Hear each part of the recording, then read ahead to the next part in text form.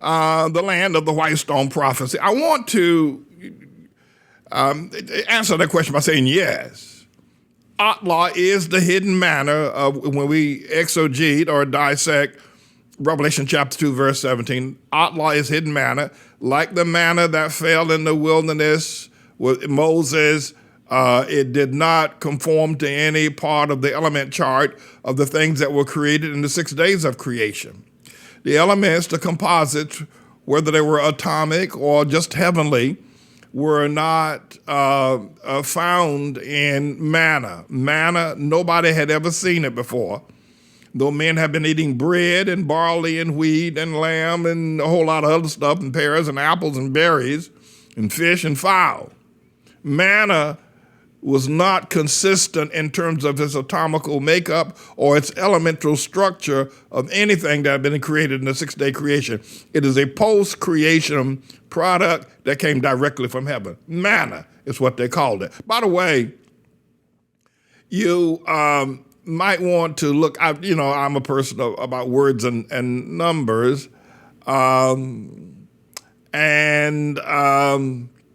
if you take the C off of Canaan and put take the C off of one end and the A off of the other end, you can get manna. We'll talk about that a little bit later. I'll get to that. That's just some of my own personal musing.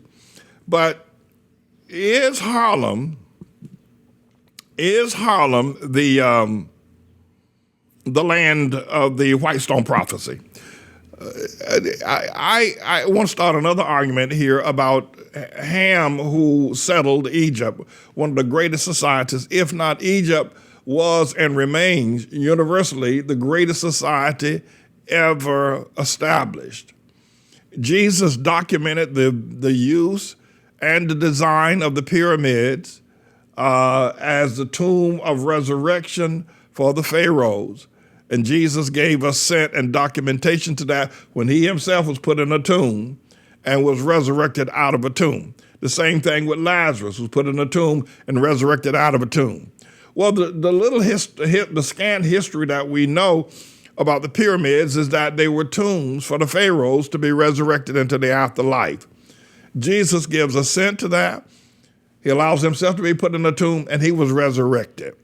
Lazarus was put in a tomb, and he too was resurrected. In fact, the Jews continued that practice. But my emphasis here is that Egypt is the greatest society ever settled, ever built, even compared to America today. If you do per capita, or if you do postmodern civilization with a civilization of antiquity, or pre-antiquity civilization. Egypt, when you compare per capita, post and pre civilization time and era, Egypt still remains by far the greatest civilization ever. Now, I've been to China on several occasions. I think I've been at least 2 or 3 times. I've been to the Great Wall twice. I've been to the Forbidden Palace. And the Chinese building structures are phenomenal. The Forbidden City in Beijing is an awesome place and a wonder to behold. And it too dates back until to the 3rd and 4th centuries.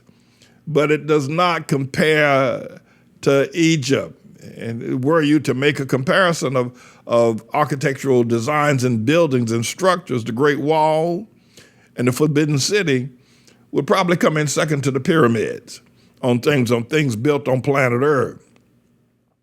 But nothing like Egypt and the pyramids. And my father Ham, who was the father of the dark-skinned people, the Negroes, settled and built the pyramids in Egypt.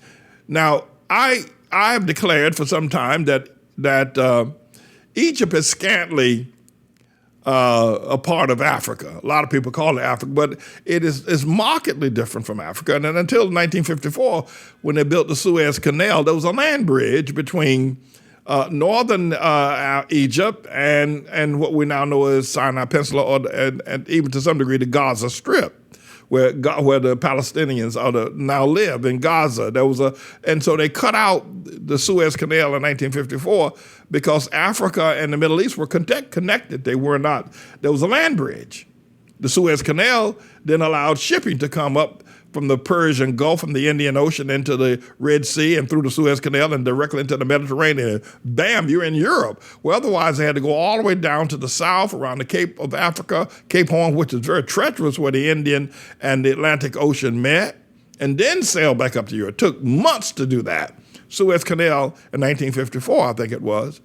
So Africa, I've contended that Egypt is not Africa. A lot of people, and I do it mainly just to get people goat. I get them angry with me.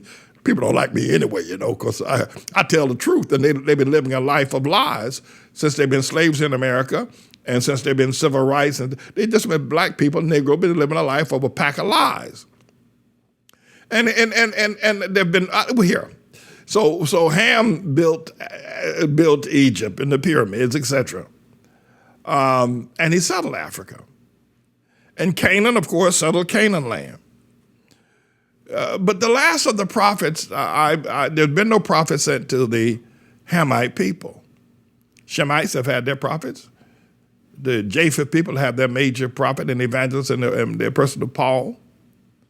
But the Hamites, if God's going to be equal about this, has left the Hamite people without a prophet.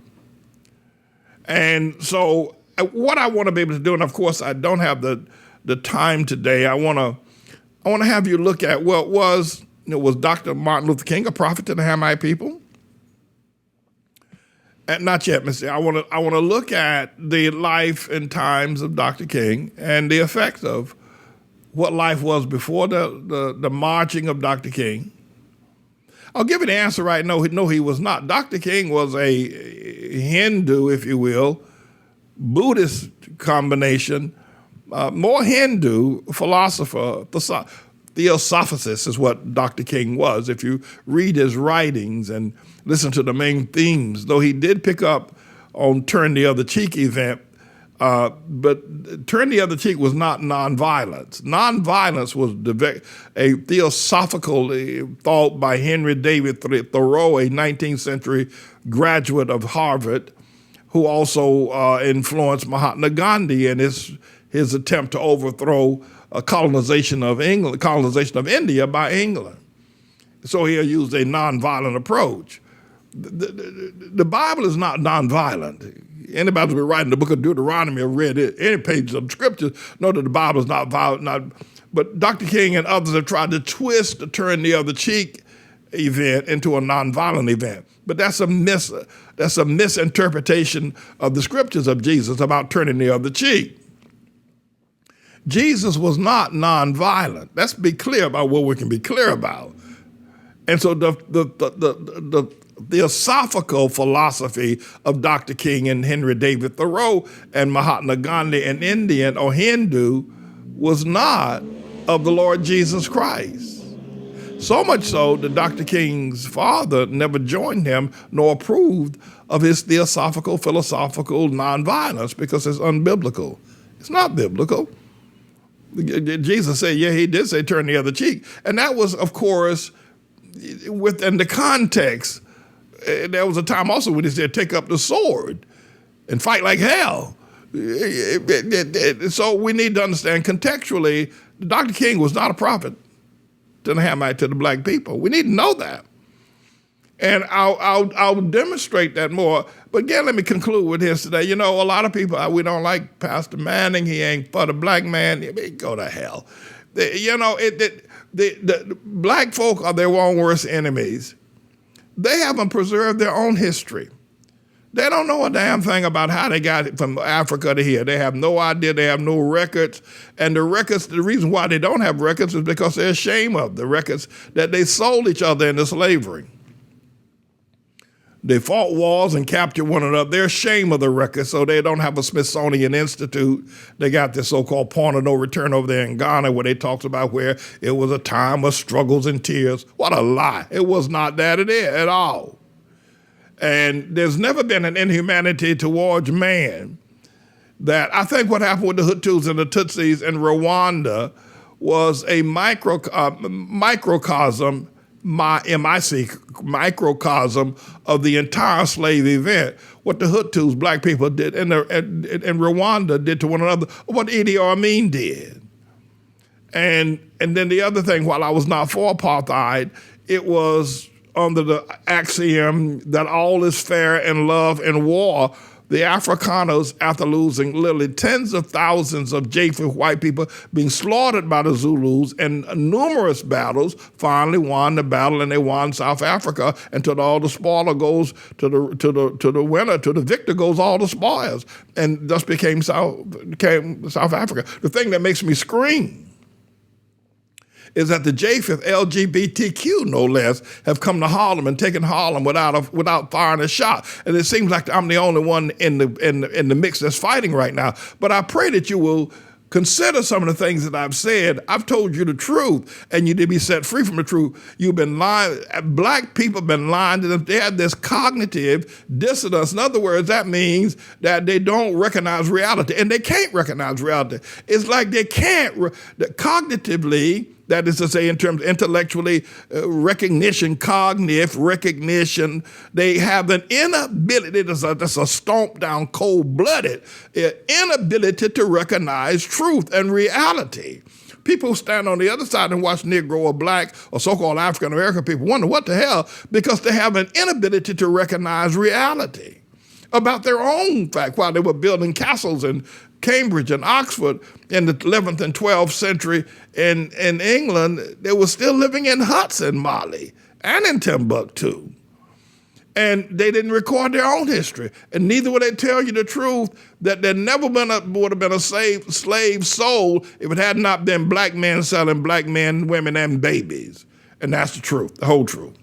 At any rate, I will continue this teaching next time you and I get together, because Harlem is the White Stone prophecy. And that white stone is now in a building in Harlem called the ATLAH World Missionary Church. I'm James A. Manning, everybody. There's more to come. This is symbolic. It's where Jesus was baptized. It's where John baptized. And so this is not a rebaptism. It's just a symbolic, if you will, act of what we're going to do, being in the water at the place where Jesus was baptized. And what I'd like to do is to baptize today that we would come to terms with the understanding of what God is calling for in righteousness. He's not calling for prosperity. He isn't calling for culturalism. God is calling for righteousness. If we would commit ourselves to fulfill all righteousness, and God has calls us to be persecuted for righteousness' sake, as John was persecuted for righteousness, and so Jesus. I got to tell you that I'll never forget this experience of actually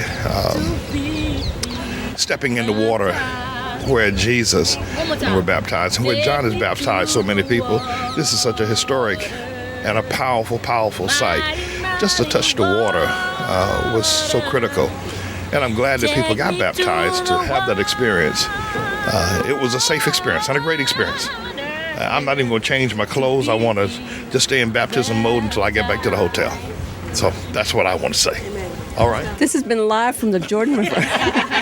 God bless you all. Peace. That's nice. Got everybody. Righteousness.